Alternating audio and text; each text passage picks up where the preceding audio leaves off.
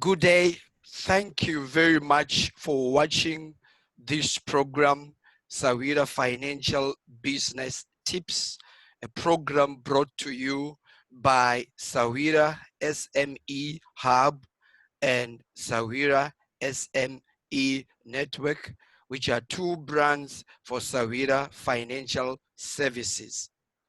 Sahwira Financial Services provides customized business advisory services to micro, small, and medium enterprises. Thank you for watching this broadcast, and your host. My name is Charlie.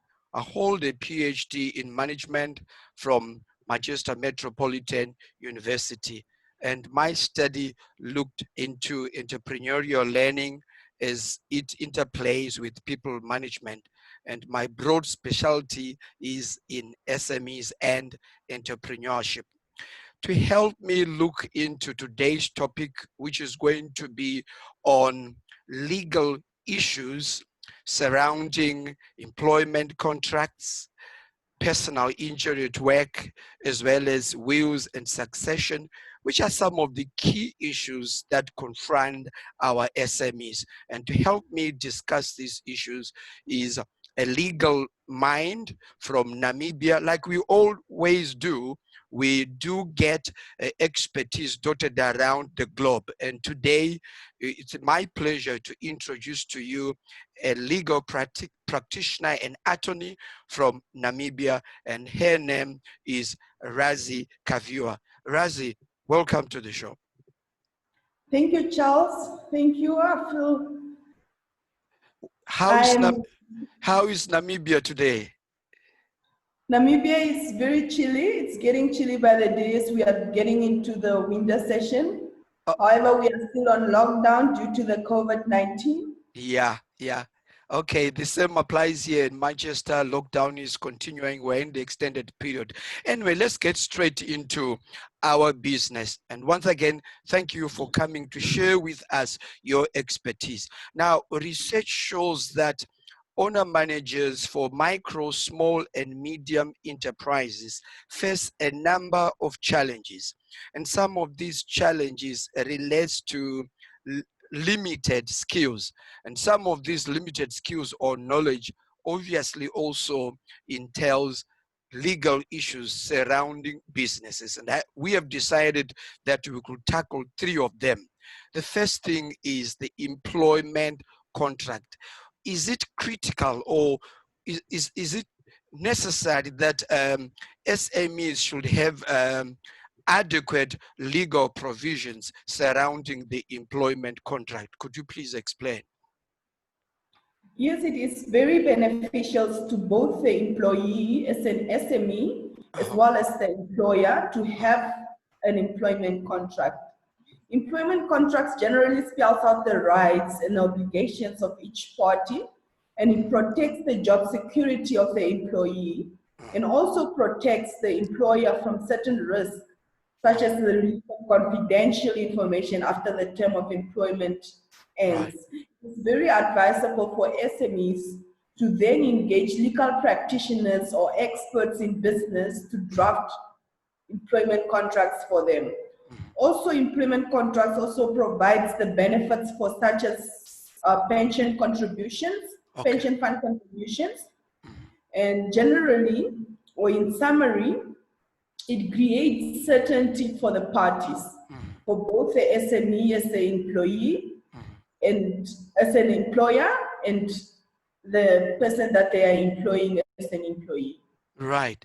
Now, from my experience in consultants, what tends to come also in the ground is there is a tendency for some SMEs, I'm not saying all of them, but for some SMEs to say, well, I just recruit somebody based on personality, whether they buy into my vision, whether we know each other, just like friends. I don't really want to formalize it, really go this legal contract. What are the challenges that or risks that they're exposing themselves to when they are engaging somebody without an employment contract? What are some of the challenges that you foresee in that kind of relationship? Employment law or labor law provides that if parties do not enter into an employment contract, however, they engage in such a manner that any reasonable person can conclude that there was an employment contract, the court will most likely hold that there was an employment contract, especially if services was delivered by the employee and the employer as the SME was providing a financial reward for the services that were rendered. So the court will most likely hold that this was an employment contract. So there you are, our viewers. If you are just joining us, you are watching this program, Sahwira Financial Business Tips.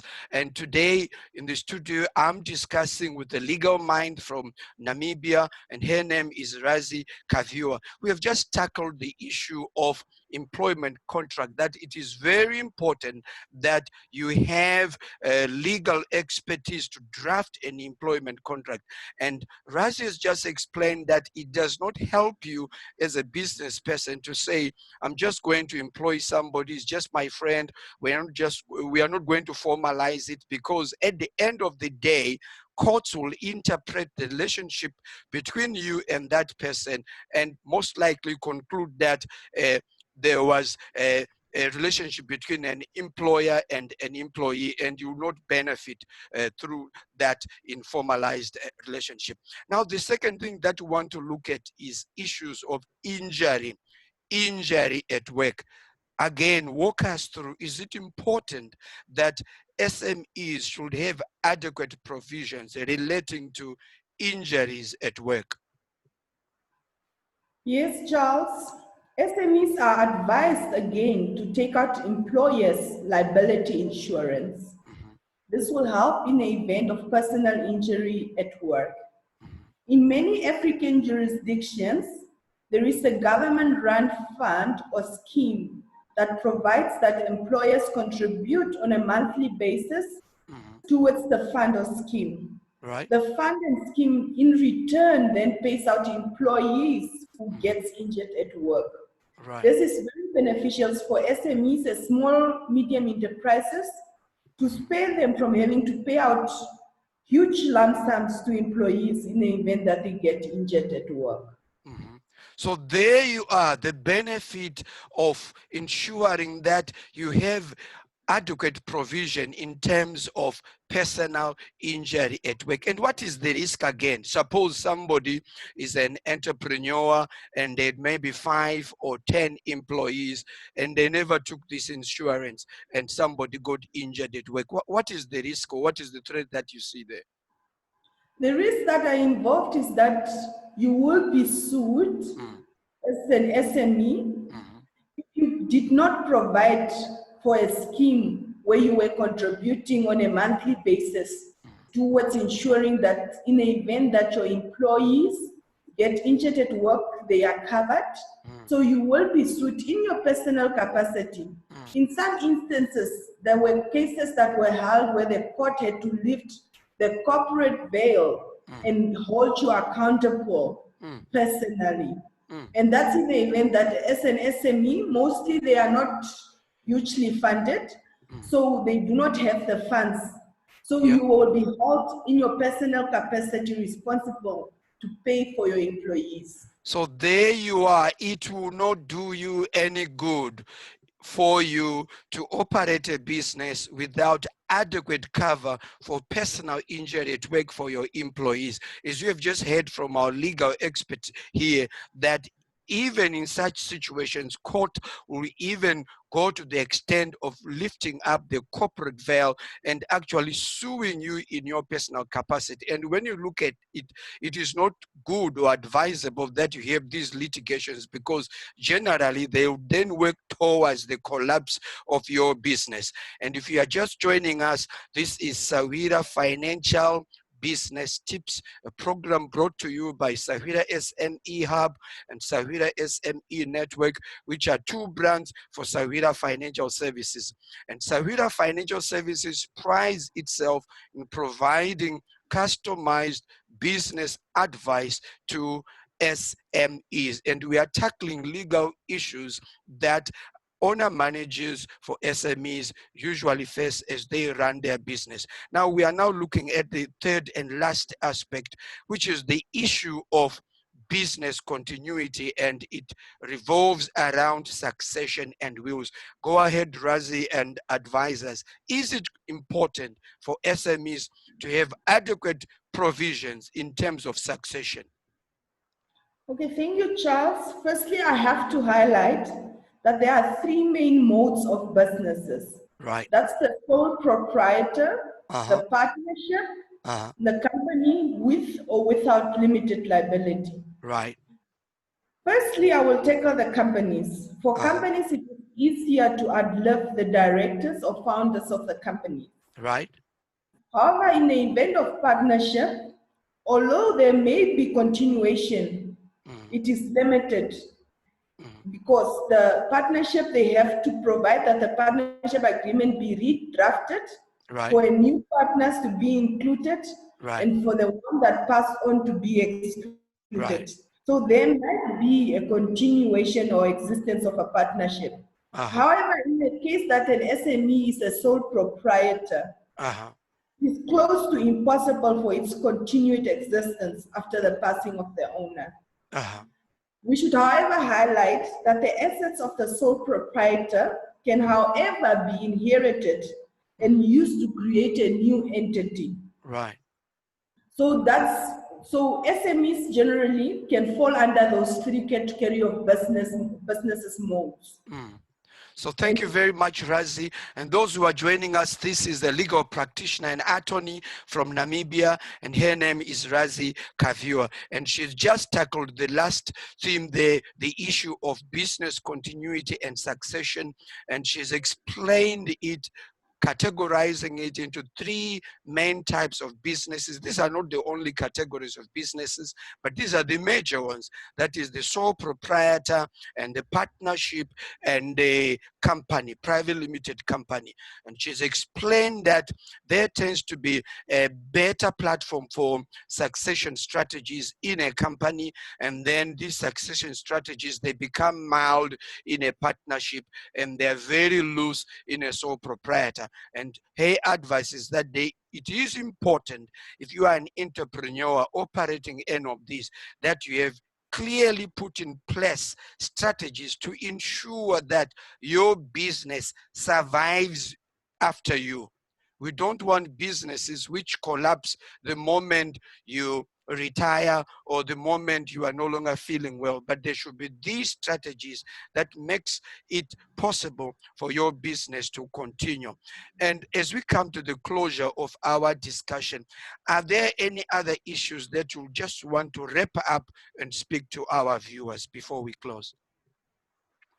not that I can think of at the moment at the tip of my head. Right. However, I enjoyed the session with you, all you, our viewers, and I look forward to doing it again.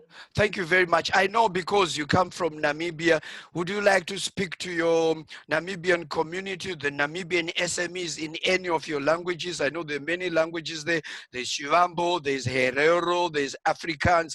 Any of them, just pick anyone and just encourage them in a few words. Yes, I would prefer Oshiherero. Yeah, So go I ahead. would, Yeah. but I would say Vakwetu, Uh-huh. Gumunano SME, Pahe Ondunge, Uh-huh. Kovandu Mavene no Kumubater. Uh-huh. On mo company ywe pomo shi mo geshefa ywe Uh-huh. on jima ita oshi na shi oshi hapo shimo kapora. Uh-huh. Right. Thank you. Thank you, Razi. So this is what we always do. If you are just joining us, you were watching the program Sahwira Financial Business Tips, brought to you by Sahwira SME Hub and Sahwira SME Network, which are two brands for Sahwira Financial Services. And our primary goal here is to provide customized business advice to owner managers for micro, small, and medium enterprises. And what we do is we bring on board different experts, different stakeholders dotted around the globe. It can be from Manchester, where I am here.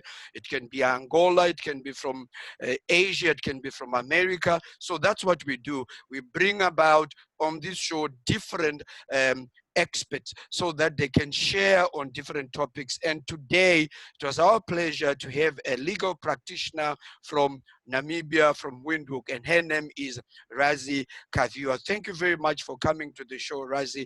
And just to summarize, we looked at three critical issues that SME owner managers need to provide adequate legal provision. Number one, the issue of employment contract. It is very important that you bring on board expertise, that is legal practitioners or even human resource consultants, so that they can help you to put in place a formal employment contract. And number two, it is important that you have adequate provision in terms of personal injury at work.